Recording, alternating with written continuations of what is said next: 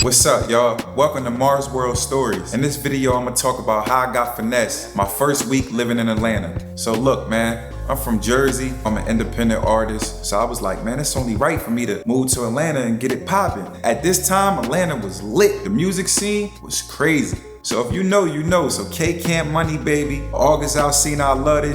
Rich Homie was popping, some type of way. Those records was super popping at this time. You know, I had did my research. You know, I knew about a couple different studios I wanted to check out. So I ended up linking with an engineer that's from Jersey. So I'm like, yo, it's only right, man, from around the way. So that could be a connection for me. I reached out to the engineer. He was like, yo, I'm available this day, this time. I said, all right, cool. Set up the session or whatever. So when I got to the session, I ain't even gonna tell y'all the studio name, but I will say it's by Northside Drive. If you know, you know. Definitely a dope studio or whatever. But so when I pulled up, I hit the engineer like, yo, I'm outside. He said, all right, bet. So I came into the session. Female artist, she was in there working. The female artist had like an hour left in the session. It went a little longer than, so he was like, yo, you mind just wait? I said, nah, it's all good. Like, I mean, I'm in Atlanta, you feel me? I'm like, man, what? I'm in the A, dog. I'm about to network. You never know who gonna pop in this joint. So the engineer was like, yo, bro, you mind going to Wendy's right quick to get us something to eat? I'm like, nah, it's cool. Like, I had the whip, so it's, I mean, hell yeah, I got you. So I went to the Wendy's, I came back, so I parked in front of the studio. But the engineer was like, yo, bro, just park on the side. I guess the neighbors across the street or whatever be complaining about the parking. So I'm like, all right, bet. I was like, park on the side of the building, right? He like, yeah, park on the side of the building. Then I went inside the studio, gave them their food, everything was Gucci. Shorty's session ended. I'm like hype as hell, like, man, I'm really about to be recording in Atlanta. So the session start, so I'm like 15 minutes into the session. I'm making sure my rhymes is straight. And then the owner of the studio comes in like, yo, who car is that with the Jersey plates? My homie like, yo, bro, is that your car with the Jersey plates? I'm like, yeah, why, what's up? He like, yo, somebody just hit your car. I'm like, what? I couldn't even believe it. I'm like, wow. Like, the people outside now. So I was like, all right, bet. So I ended up going outside, and it was like a Ford Explorer that hit my nigga backed into my car. Now, mind you, my car was damn near brand new. Like, whatever year that was, that's the year of my car. I'm like, man, this is crazy. Big dent on the side of my wheel. Dude was like, yo, it's dark as hell. It's trees over here. I ain't even see your car. Mind you, at this time, I had never been in a car accident. Never been in a car accident. So I really didn't know what to do. I just know we had to call 12 to, you know what I mean? Transfer the information, get his insurance, to get mine. He like, yo, fam, this my shorty car. Please don't call the law. I'll give you 10 bands tomorrow or something like that. And I'm like, what? Out of here, like, hell no. Like, I'm like, listen, man, I ain't got time for that, bro. I'm just here to record. I pretty much gotta call the cops, fam. I don't really know what you're talking about. So then the owner of the studio like, yo, this my man.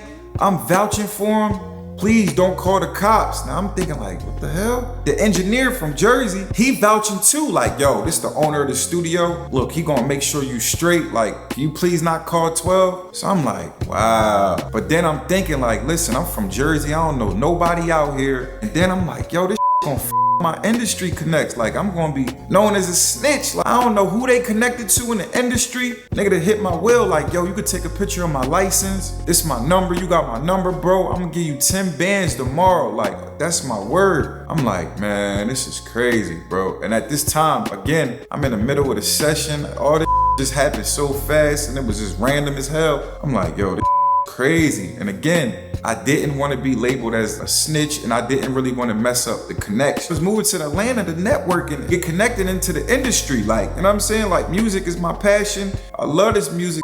So I ended up, you know, getting a nigga number, took a picture of his license. So the nigga that hit me, he leaves. So we go back upstairs into the session or whatever. So the engineer boy, like, the owner is official. That's the owner of the studio. You got his number. He said he vouching for the dude. He like, yo, he got you. You straight, bro. You about to get 10 bands. You about to be up. Now, mind you, in the beginning, I told y'all I parked in front of the studio. I don't understand why the engineer told me to park on the side. Like, I still don't understand that to this day. Like, bro, I should have just stayed right in front of the studio. He wanted me to park on the side. Boom, I finished the session. Long story short, the next day, I reach out to the nigga that hit my car. No answer. I'm like, oh man, see, this the bull. I waited a half an hour, called the nigga again. No answer. Then I started texting the nigga like, yo, bro, this the boy from Jersey. You hit my car yesterday. Like, what's up, nigga? I need that 10 bands. No response. Hour went by, so I called the nigga number, straight to voicemail. So then I called the owner of the studio, straight to voicemail. So I hit the engineer up like, yo, bro, the nigga that hit my wheel not answering and the owner not answering, like, what's good?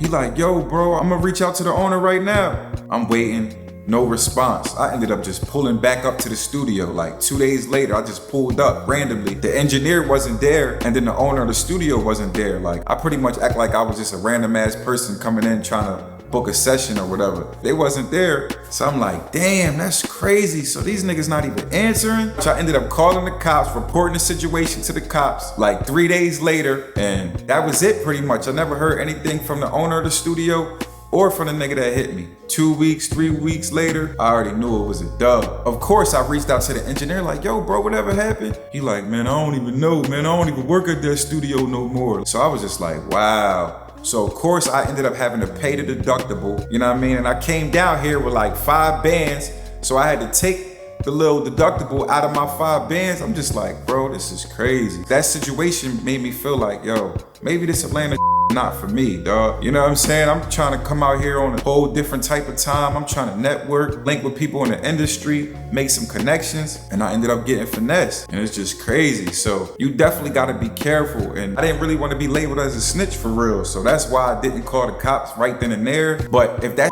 happened today, I'm calling 12. Like, what you talking about, for real? Like, you know what I'm saying? That was just a learning experience. But again, at that time, I had never been in a car accident. So I really didn't know how to play the out. And you know what I'm saying? I really should have reached out to somebody at that time. But again, I was fresh from Jersey. I ain't know nobody out here. It was just wild, man. So that's pretty much how I got finessed. Gotta be careful, man. Living in Atlanta is crazy. Y'all let me know in the comments what you would have did in that situation. If you would have called 12, y'all let me know if y'all would have called 12, man. I know some of y'all would have called 12 from the rip. But for me at that time, again, I didn't want to burn no bridges. I didn't know who they knew or who they worked with. Looking back at it now, I definitely should have called the police, man. That is crazy. After that situation, I really wanted to move back to Jersey. I'm like, man, this for me, dog. Like, I'm out of here, man. This is crazy. And I couldn't believe that I got finessed for real. But again, the real reason why I didn't call the police is because the owner of the studio said that that was his man and he was vouching. And he would give me the 10 bands. This official ass studio. This wasn't no little studio in somebody's closet. This was A1, plaques, all that. So I'm thinking like, yo, I know the ball definitely gotta be official, like, you know what I'm saying? And this was my first week in Atlanta, so you already know how I was feeling. But it's all good. It was a learning experience, and I'll never make that mistake again. At the end of the day, like, I realized people definitely could take advantage of you, especially if you don't really know what's going on. You definitely gotta be careful. If you're not in the loop or if you ain't really got no connections and you out here just moving around thinking you just Gucci, and you might wanna keep your head on a swivel and just be careful, dog, cause you could easily get finessed for real. I got finessed, so it's possible, you hear me? So yeah, that's my time, y'all. Y'all let me know in the comments if you would've did what I did or if you would've called 12 from the rip. Again, thank you for tuning in. This is Lamarsworld Stories. Make sure y'all like, comment, subscribe. And if y'all want more stories, y'all make sure y'all let me know in the comments. It's your boy, LA Mars. Let's get it. And I'm gone.